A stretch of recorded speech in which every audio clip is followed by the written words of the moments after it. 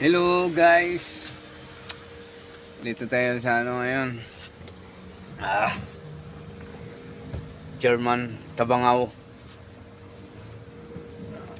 Dito sa Europe, Tabangao. Hindi kami pinaparada sa loob ng planta guys kasi walang regular na tao. Gwardiya lang daw. Mga ingot yung tao doon eh. Pag walang regular, bawal daw pumasok yung truck sa loob ng planta. Dito lang yung planta sa gilid guys. Yan lang. Pero may regular daw. Bukas para papasokin. Oh my God.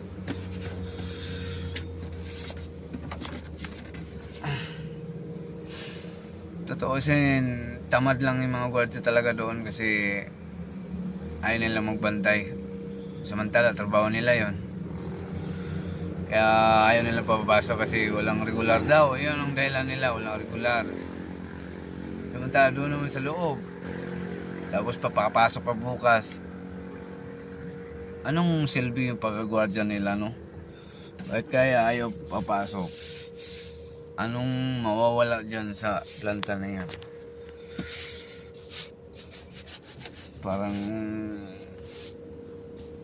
nagkakaano na tuloy na parang may ginagawa kayong illegal dyan. Kaya ayaw yung papasok ng walang regular.